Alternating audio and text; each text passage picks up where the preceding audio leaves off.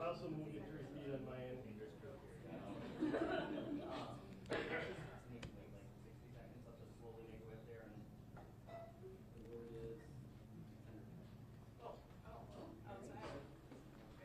Check, check, check. 1, 2, 1, 2.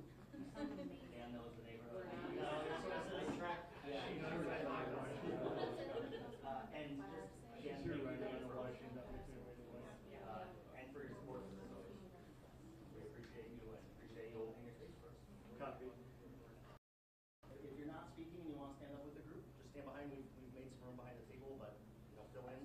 And anybody needs to move your and stuff back here, but there she is. So we want to start filling in, and then I'll catch her and give her the same signal, and then just slowly walk. Yeah.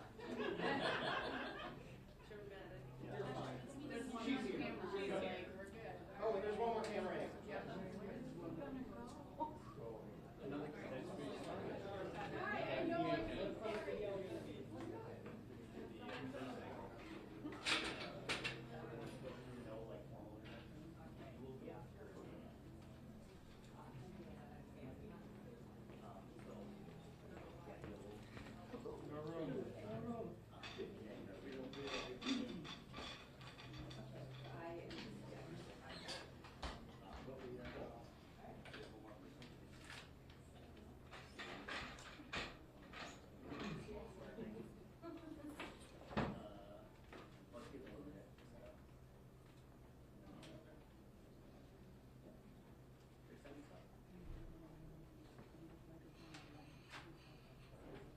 Everybody feel good?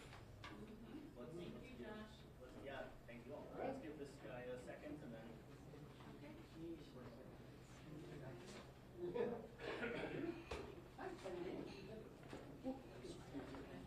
We'll give you a second to set up. Here, you need tape to tape it in there? I think it works.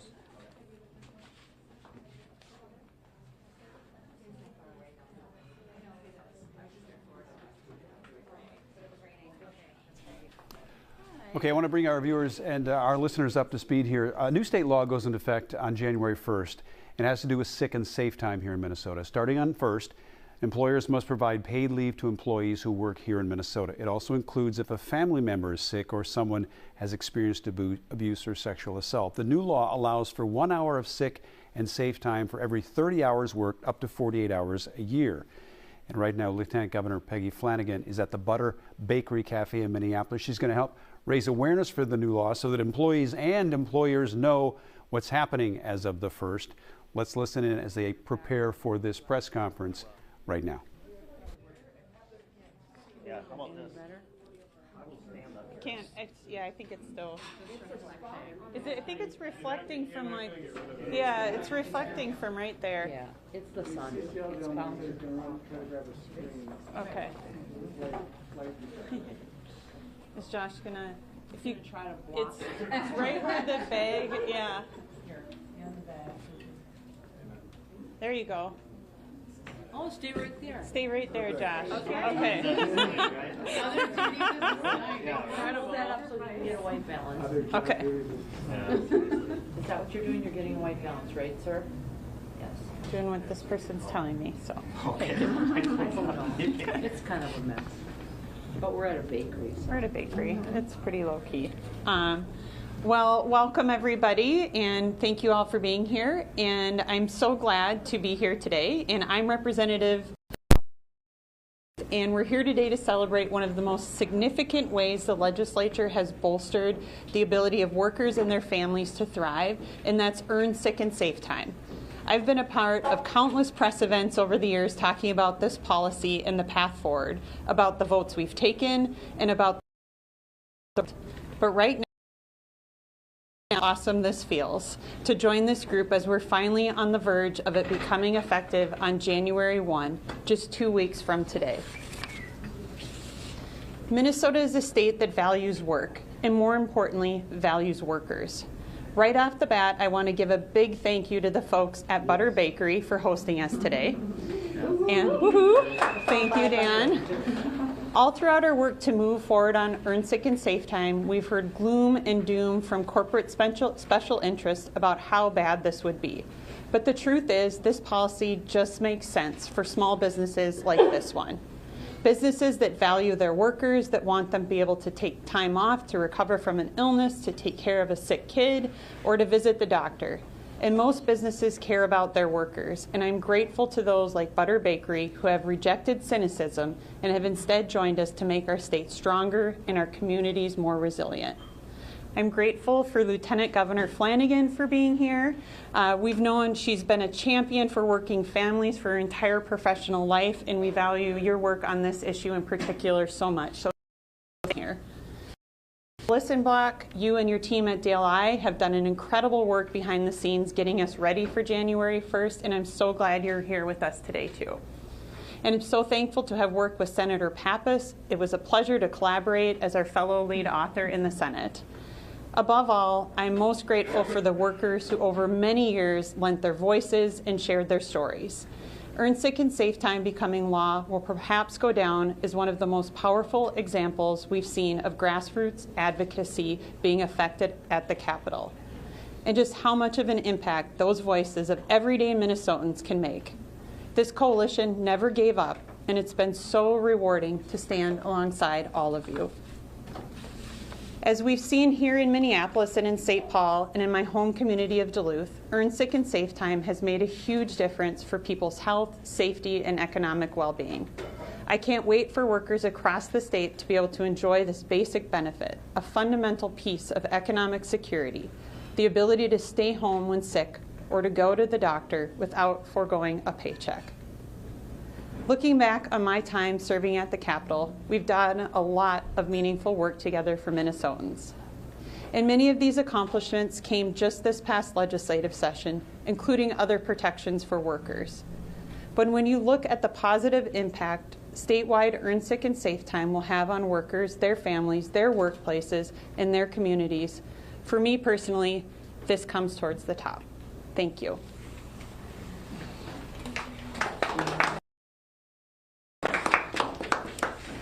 Good afternoon, everyone. My name is Nicole Blissenbach. I'm the commissioner at the Minnesota Department of Labor and Industry, and it's hard to believe we're finally at this day where in 2 weeks, Earned Sick and Safe Time will be effective across the state of Minnesota. I can just say the team at DLI has been working basically nonstop from the time that this law was passed by the legislature and signed into law by the governor.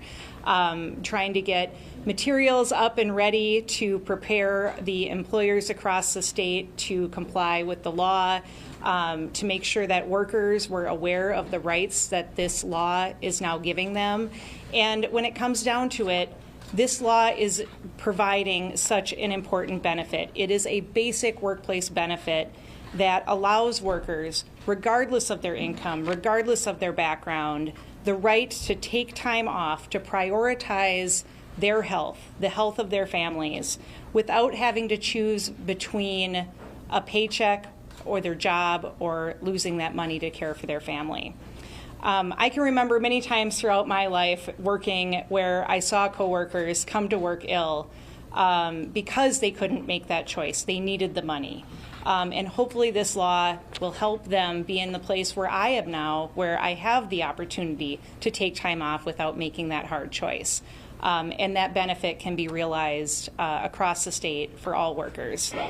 I am really grateful to all of the partners that we've had at DLI in getting the word out, whether that's employer associations that we've worked with, advocates, worker advocates, unions that have been out there getting the word out about this important law and the important benefits.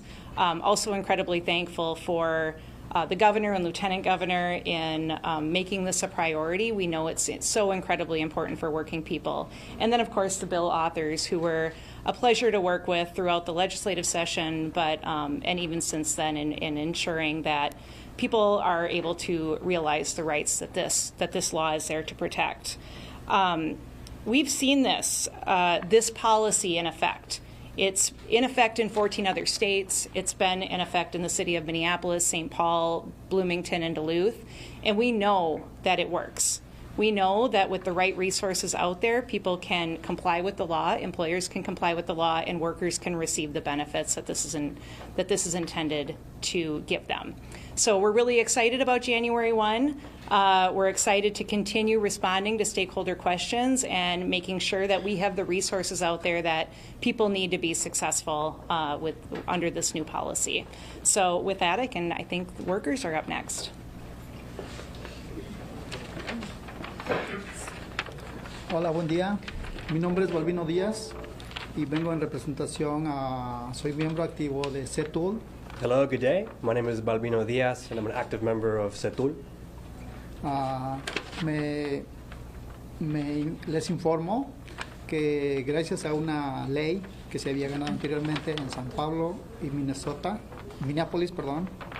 It's coming here today happy to inform everyone that thanks to the new laws being going into effect at the beginning of the new year, that's already been in place in Minneapolis and St. Paul. Eso es lo que se tenía ganado a nivel local, pero gracias a la intervención de CETUL y otras organizaciones, Which has been a local achievement, is now going statewide thanks to CETUL and other affiliated organizations.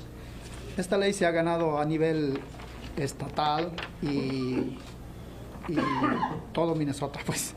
And now it's statewide and available to all Minnesotans. Ajá. Estoy totalmente agradecido con las organizaciones y CETUL que nos han apoyado en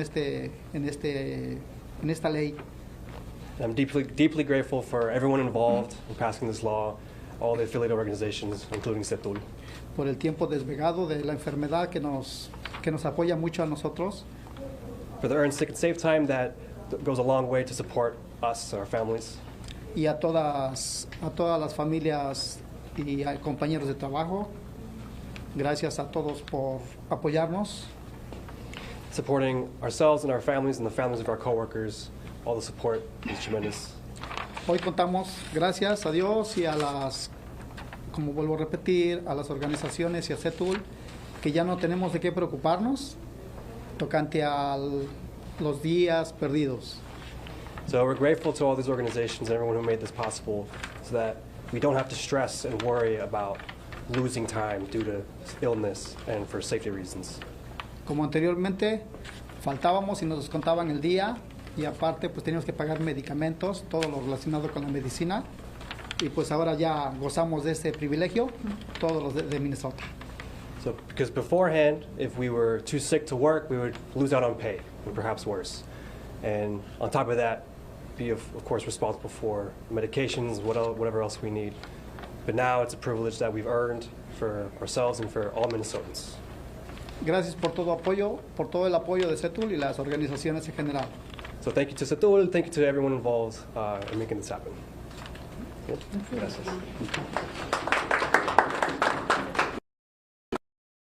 Well, welcome again to Butter Bakery. My name is Daniel Swenson-Klatt. I'm a resident of Minneapolis, and for the past 17 years, I've been the owner and operator here at Butter Bakery Cafe. I'm also a member of the Main Street Alliance, and back in 2016, I was invited into the Minneapolis campaign to bring Earn Sick and Safe Time here. I speak for small business owners across the state to share with you that, yes, of course, we value our employees, and we succeed when our communities thrive, when all are welcome, when opportunities are shared. 7 years ago, Minneapolis was debating this proposal, and I chose to implement it here in my own business for my employees. If I was going to encourage others, I needed to try it myself. You see, up until then, I had been doing a pretty haphazard and ineffective, pretty inequitable version of paid time off for my staff. I knew I could do better. It was an investment that paid off. The adoption of the proposal was not onerous, it wasn't burdensome, and in the end, it wasn't even that costly. Instead, it provided my staff with security and safety. It reduced turnover. There was an associated cost of hiring and training that just wasn't there anymore. Over the years, it has added a little to my payroll costs, but it has brought back rewards far greater. During the pandemic, the need for leave was enormous, but we had a policy in place. We had a way to support staff, and we had a supportive government that kept us alive. That need isn't going to go away. People are still going to get sick. We will continue to hear the fear of change and the frustration with mandates. That's always out there. There are many small businesses who will need some support, who will need some education, who will need a little bit of guidance. I want to offer my support as well. Through Main Street Alliance, we've been mentors. We've provided education and resources. We'll be there. I have been a mentor to new businesses, and I continue to offer my services. My experiences, I hope, will pay off. Providing earned sick and safe time is indeed the right thing to do, and it's actually pretty good that it's good for business too. Thank you. Thanks so much, Dan, for that wonderful story about how it can really work in real time. I'm Senator Sandy Pappas, and I was the Senate author of Earned Sick and Safe Time. I first authored this bill back in 2014. It was part of the Women's Economic Security Act. I couldn't get it across the goal line at that point, the finish line, but I was really pleased that my city, St. Paul, as well as Representative Olson's city, Duluth, were two of the 4 cities that piloted the program. They were the guinea pigs, if you will, to show that it could work and it could be successful and we could learn from that experience. Passing Earned Sick and Safe Time is certainly a victory for all Minnesotans. It's a victory for workers, as the workers spoke, who no longer have to choose between making rent or staying home when they or a family member are sick, or they're recovering from sexual assault or domestic abuse. Let's not forget that that's an important part of the bill. It's a victory for low-income workers, women, and BIPOC communities who are more likely to work in jobs that didn't offer paid sick time. It's a victory for business owners, as we heard, who will see the benefits of a more stable workforce and less employee turnover in their bottom line. And it's a victory for the whole state, because we know that we all do better when we all do better, a very famous quote by a very famous Minnesotan. I'm so proud to stand before you after years of advocating for this crucial legislation. Starting, as Representative Olson said, in 2 weeks, Earned Sick and Safe Time will raise the bar for all Minnesota workers. Thank you all for being here with us today, and now I'd like to turn over the mic to Lieutenant.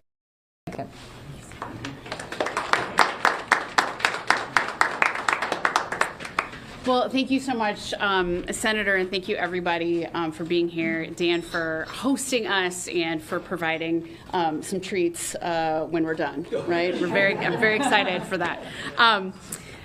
So when we talk about Earned Sick and Safe Time, I think Babino really summed up what this is all about.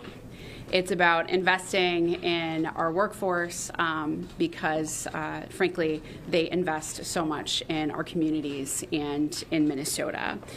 You know, the governor and I know that life happens, right? The good, the bad, and the ugly. But whether it's a new baby in the family or you wake up with a fever, you shouldn't have to choose between taking care of yourself and the others that you care for and a paycheck. That's why today we are celebrating and letting Minnesotans know that Earned Sick and Safe Time goes into effect on January 1st. In 2 weeks, you're going to continue to hear us repeating that date. Because I know that some Minnesotans may be wondering, what is the difference between Earned Sick and Safe Time and paid family and medical leave? Well, here are the few main things for you to know. Earned Sick and Safe Time is for those times when you need a couple hours hours off to care for yourself or for a sick loved one. And I'm so glad, Senator, that you reiterated this is also for survivors of domestic violence, sexual assault, or stalking. That particular part of the bill is incredibly important, and we do not talk about those issues enough. So thank you for naming that. Or when you feel under the weather for a day or two. And as folks who have been through a global pandemic, we know how important it is to take care of yourself when you are feeling ill.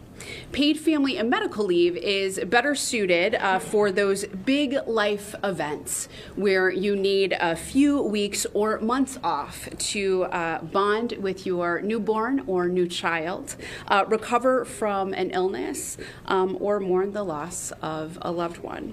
And Earned Sick and Safe Time, again, goes into effect in 2 weeks, whereas we won't see paid family and medical leave move across the state until 2026, because we are working to build out a robust and strong and brilliant program at the state of Minnesota.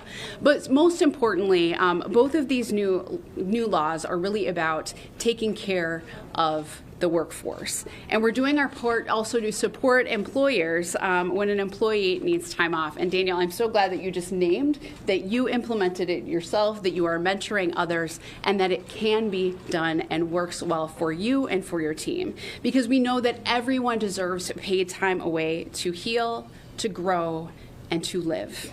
And when you come back, your job should still be there. This is another tool in our small business owners' toolboxes, and it really is in place to attract dedicated and loyal employees to businesses all across the state of Minnesota. So tell your friends, tell your coworkers, tell your family about Earned Sick and Safe Time, and check with your employer to ensure that you understand how you can take paid time off and that you earn and deserve. And I want to just name this again, that it is earned sick and safe time. Our workers earn that time off, and it is incredibly important to name that as well. We are grateful for the coalition, and I want to thank my sister, Representative Olson, who's been working on this for quite some time, who is always like, is Earned Sick and Safe Time in there? Is Earned Sick and Safe Time in there? And of course to the coalition and everybody who is willing to come and tell their stories. We know that oftentimes laws like this take a few sessions and take some good organizing work to get them done. This coalition never wavered. Our leaders and our bill authors never wavered, and I am so grateful that we were able to get this across the finish line. And in the short term, people will have access to Earned Sick and Safe Time in 2 weeks on January 1st, and then in the long term in 2026, people will have access to paid family and medical leave, because Minnesota is a good place for working families. Thank you so much.